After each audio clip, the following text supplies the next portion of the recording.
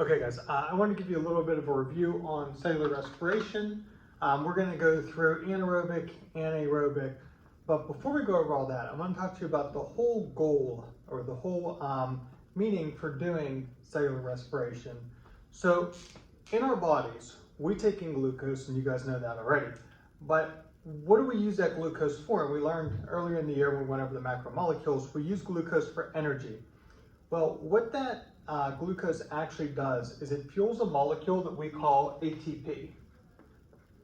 And there's two forms of this. There's ATP and then there's ADP, okay?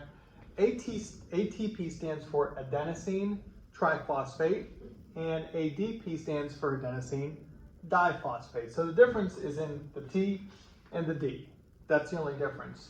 Both of them are going to have an adenine, and both of them are going to have a 5-carbon sugar we call ribose. So I will draw that for both of them here. Okay. Now here's our difference. Our difference is for ATP, we're going to have 3 phosphates. 1, 2, 3 phosphates attached to that one. And then for ADP, we're going to have 1, 2. So ATP for us stores our energy. And when we need to use some energy, guys, and we use it every single second of every single day in every single one of our cells, we're going to break one of these bonds. Well, in order for ATP, again, 3 phosphates, to become ADP, 2 phosphates, we're going to break one of these phosphates off. And it's going to be right there. So we're going to break that bond. In breaking that bond right there, we're going to release some energy. Okay, so that's our difference. So ATP stores energy, okay, and it has energy. When we break that bond, it releases energy. And in breaking that bond, it turns into ADP. Okay, so that's our big overview of what we're trying to accomplish and how we use that energy. Okay, so we're going to go over cellular respiration. I'm going to do, like I said, anaerobic and aerobic. I'm going to start off with doing anaerobic, okay? So step 1 of cellular respiration. Step 1 is always, always, always glycolysis, okay? Now glycolysis is anaerobic, meaning we do not need oxygen. So no O2 is needed, okay? And glycolysis is always going to occur in the cytosol, in that cytoplasm, the liquid portion of our cell. It doesn't matter if it's anaerobic or aerobic organisms. Glycolysis is always going to be anaerobic, and it's always going to occur in the cytosol. All right. So whether it's a plant or an animal, okay, glycolysis is always going to start off with glucose. So it's going to start off with glucose. All right. And we know glucose has 6 carbons. So with glucose, so you guys know how we get it. We go to McDonald's, Burger King, wherever, and we eat a burger and we get sugar, we get glucose. Plants are a little different. We already talked about last chapter that plants are going to go through photosynthesis, and that's how they're going to get their glucose, okay? So they get a little bit different than us. They use the sun and they use water and they convert all that stuff into glucose. Now, through glycolysis, I'm not going to go through all the steps that we went through in class, guys. I'm just going to give you the basic. We're going to convert glucose into pyruvate. Okay? And pyruvate has 3 carbons. Well, if we're going from 6 carbons to 3 carbons, sorry guys, if we're going from 6 carbons to 3 carbons, we've got to still maintain like that everything has to be consistent. So 6 becomes 3, we actually are going to have 2 pyruvates, because 2 times 3 is 6 and everything stays consistent. Now, we're also going to, in this conversion, have some other things. We are going to steal some electrons from glucose as it turns into pyruvate, and we are going to get some NADH plus turning into NADH, okay? So we start off with NAD plus and we transfer that into NADH. Let me explain to you what this means, okay? It's real simple. NAD plus, pretend I'm NAD plus right now. I'm just chilling there. NAD plus is going to gain electrons. So pretend I'm holding an electron here. Now I'm NADH. So if I have the electron, I'm NADH. No electron, NAD plus. That's it, okay? And we're going to talk about that a little bit more later. Our last thing we are going to make is we are going to make 4 ATPs altogether, but we're going to use 2 at the beginning. So we are going to gain 2 ATPs, okay? 2 ATPs. Now, I'm going to go through the anaerobic part of this, like I said first, but I'm going to talk about how all 3 of these are used. Now the green, the ATP, we already know how ATP is used. We're going to use that for energy, so I don't have to talk about that one anymore. But I got to talk about the NADH, and I got to talk about what's going to happen to the pyruvate. So we're going to go over to step 2, which is fermentation.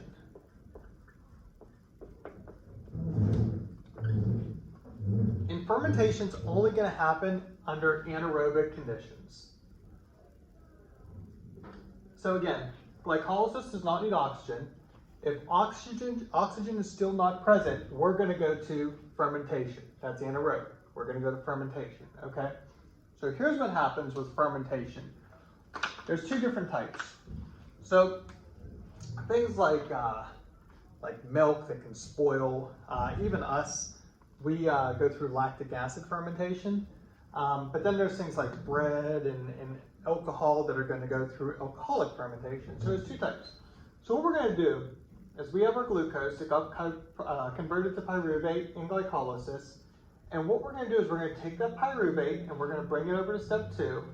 And different organisms, they may go this way or this way. The first type of fermentation is called lactic acid.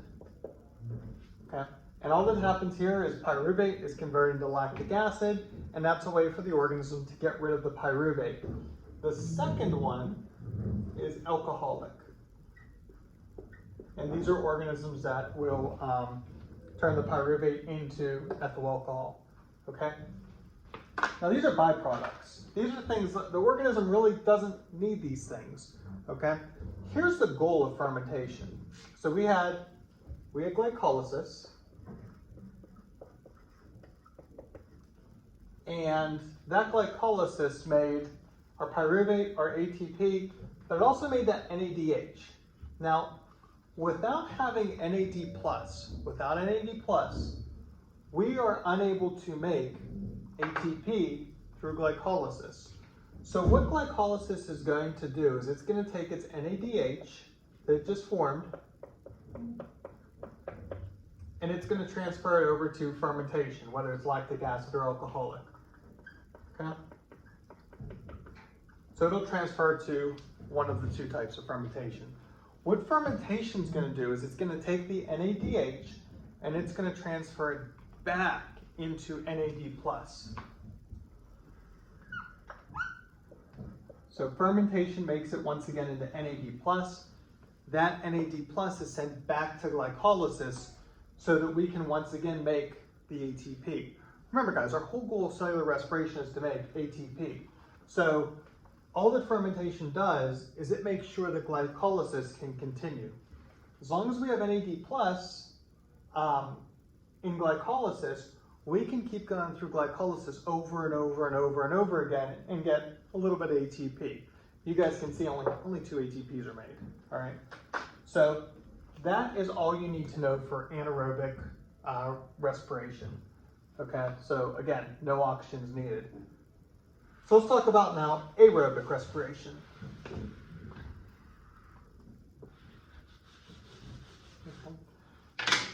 So in this one, step 2 is going to no longer be fermentation, but when oxygen is present, we are going to go into the Krebs cycle.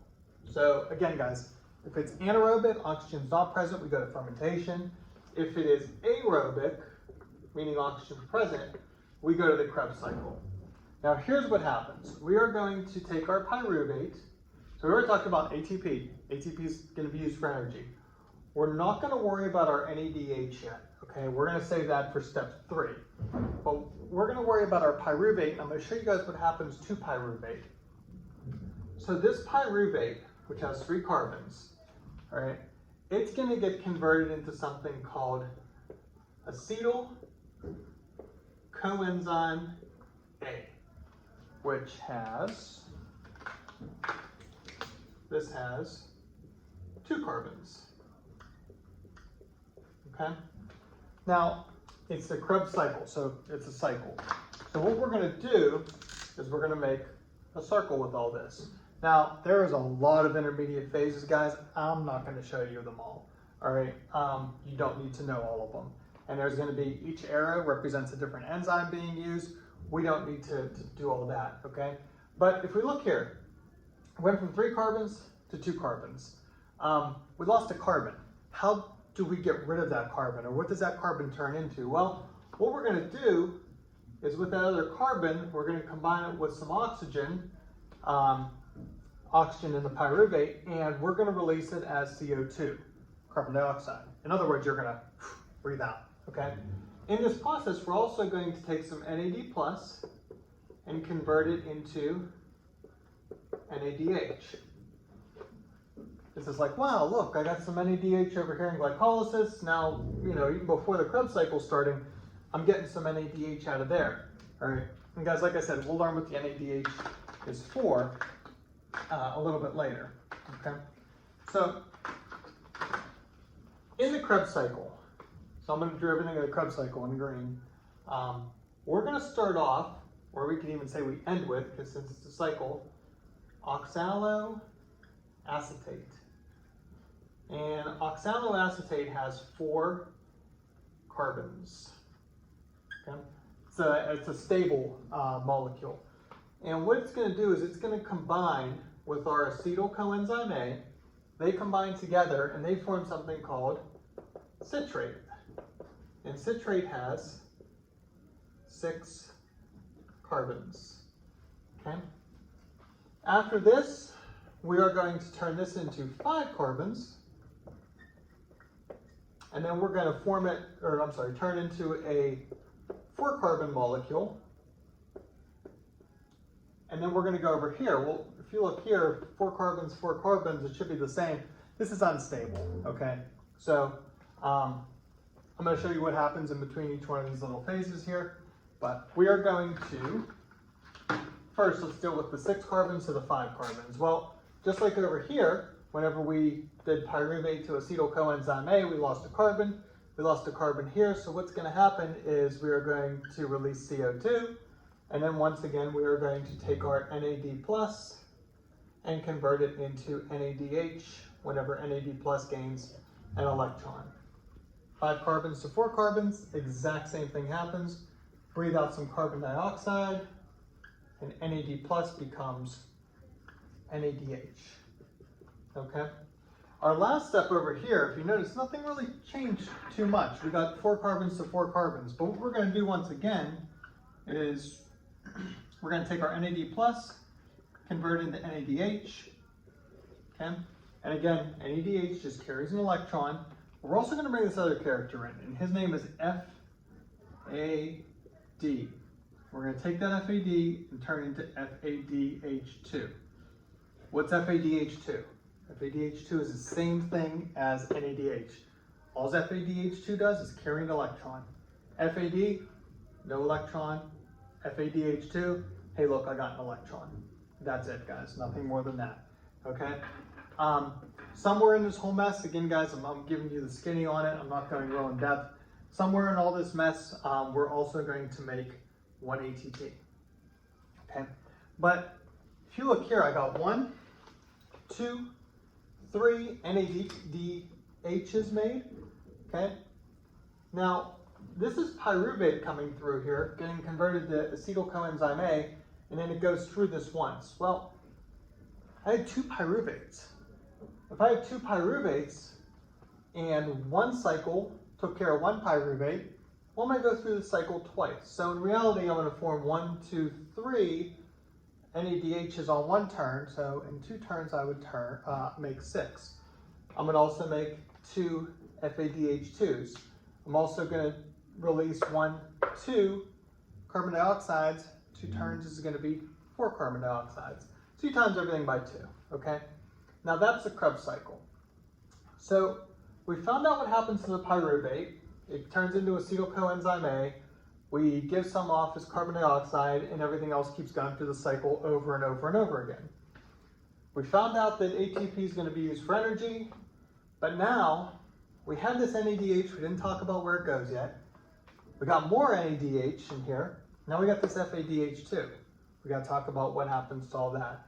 Before we do that, guys, just so you know, the Krebs cycle happens in the it happens in the mitochondrial matrix. And that's the area inside the mitochondria. It's in all those, the folds of the inner membrane. It's like inside of that, okay? So that's where this is gonna happen. So in glycolysis, we were in the cytoplasm. We now moved from the cytoplasm into the mitochondria and all the way in the middle of it, okay? So that brings us to step 3. So let's go over step 3 here. So far, guys, we've been using 1 glucose, just so you know. We've been using 1 glucose. And we've been working with only 1 glucose molecule right now. If we want to talk about like your food you eat, that's like so little amount of food that 1 molecule of glucose is, you couldn't like even begin to measure it in such a small amount, okay? But let's go into step 3. So step 3 is the electron transport chain, or ETC. So let me draw a nice big mitochondria here. And I know we went way in depth with this in class. I'm going to make it short and sweet for you guys in the video. Okay, good enough. So, here's our outer membrane of the mitochondria. Here's our inner membrane of the mitochondria. And all of this in here is our mitochondrial matrix. So if you remember what just happened in the mitochondrial matrix, this is where our Krebs cycle happened. So Krebs cycle. Okay? What we're going to do is we're going to have some membrane proteins. I'm not going to go way in depth with them as I did in class. I drew them real nice, but we'll just make them like that. Good enough. 1, 2, 3, and our last protein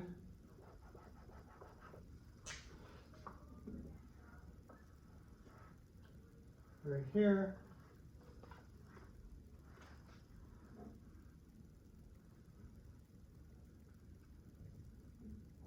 Okay.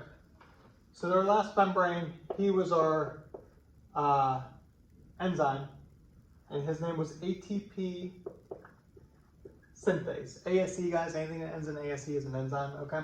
So in our mitochondrial matrix, we are going to have a bunch of protons. In other words, they're going to be H pluses.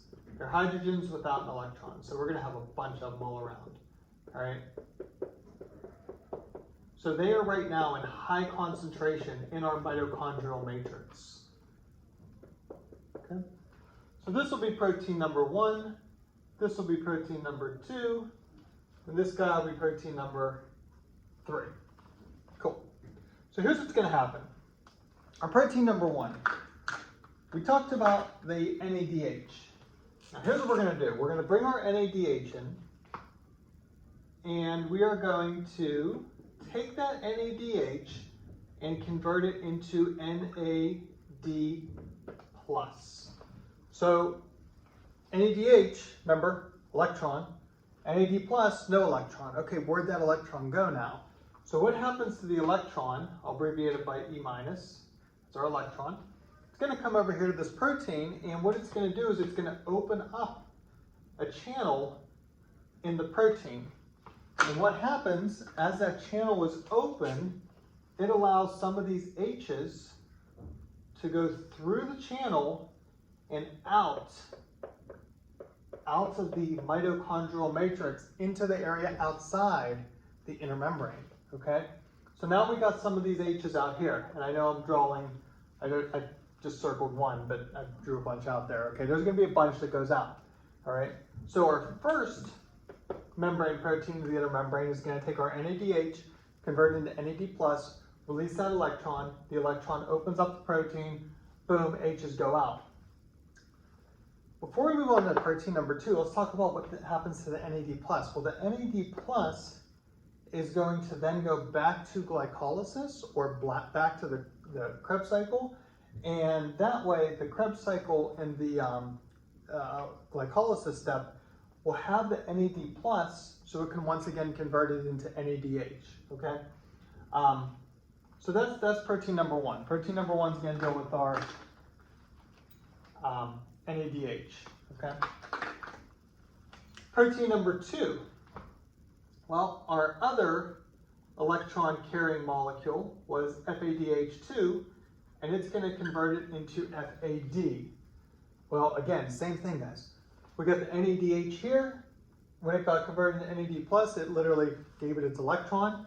Same thing happens here. It gives its electron away. That electron's going to open up this guy here, and then some H's, guess what? They're going to go through this guy, go out. Now we got more H's out here. Okay? So right now you guys are like, okay, we took care of our NADH, we took care of our FADH2. These are all of our products from glycolysis and the Krebs cycle. What the heck is going on with number 3? Because I don't got no more electron carrying molecules to use for number 3. So, all right, well, here's what happens. So this electron from NAD+, after it opens this guy, it's going to go over to protein number 2, and it's going to open him up, and then more hydrogens are going to go through. And after that, it's going to go over to number 3, and guess what?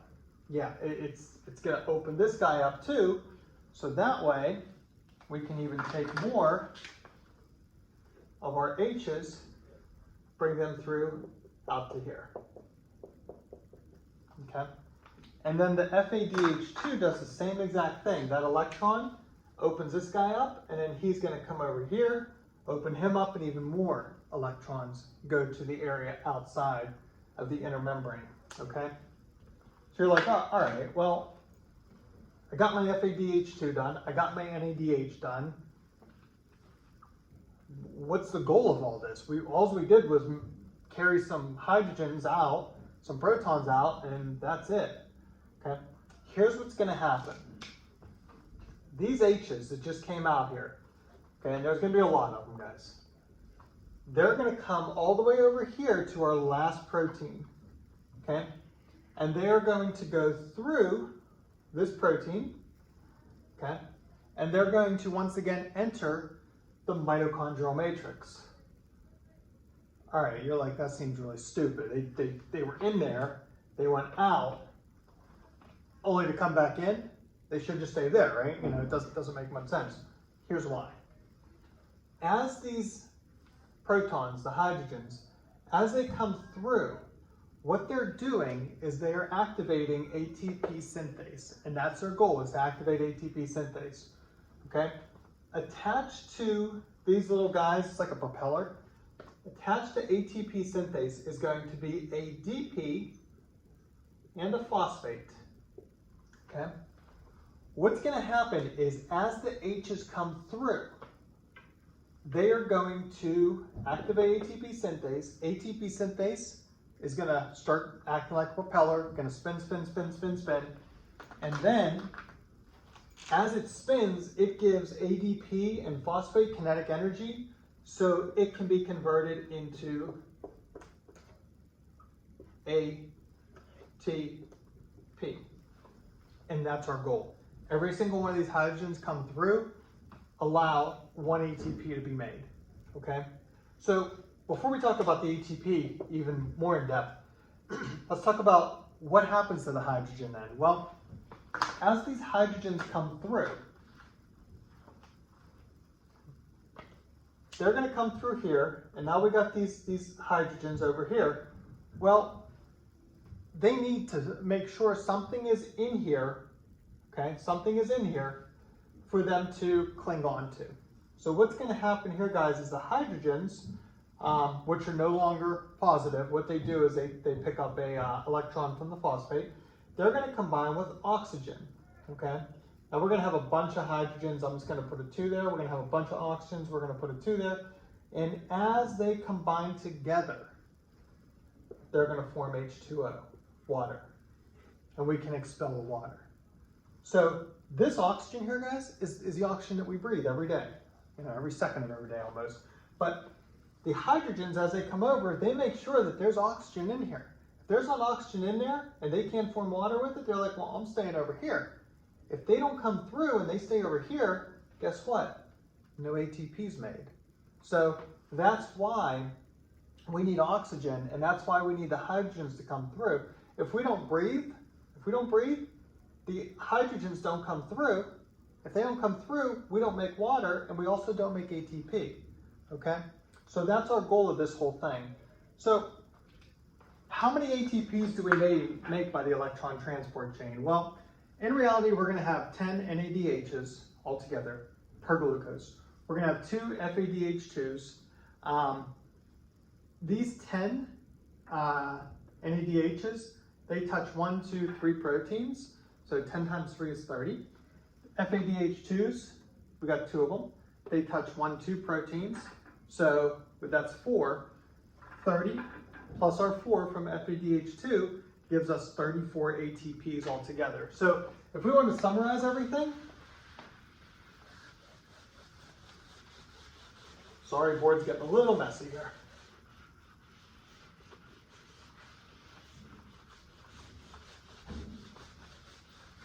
Good enough. If we wanted to summarize anaerobic,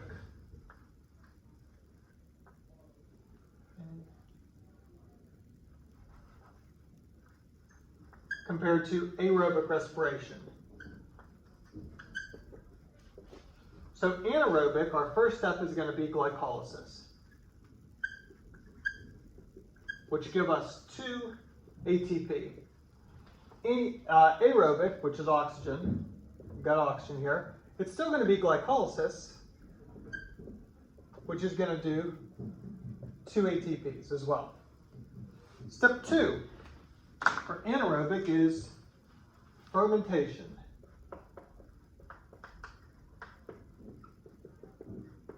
And fermentation gives us 0 ATPs, okay?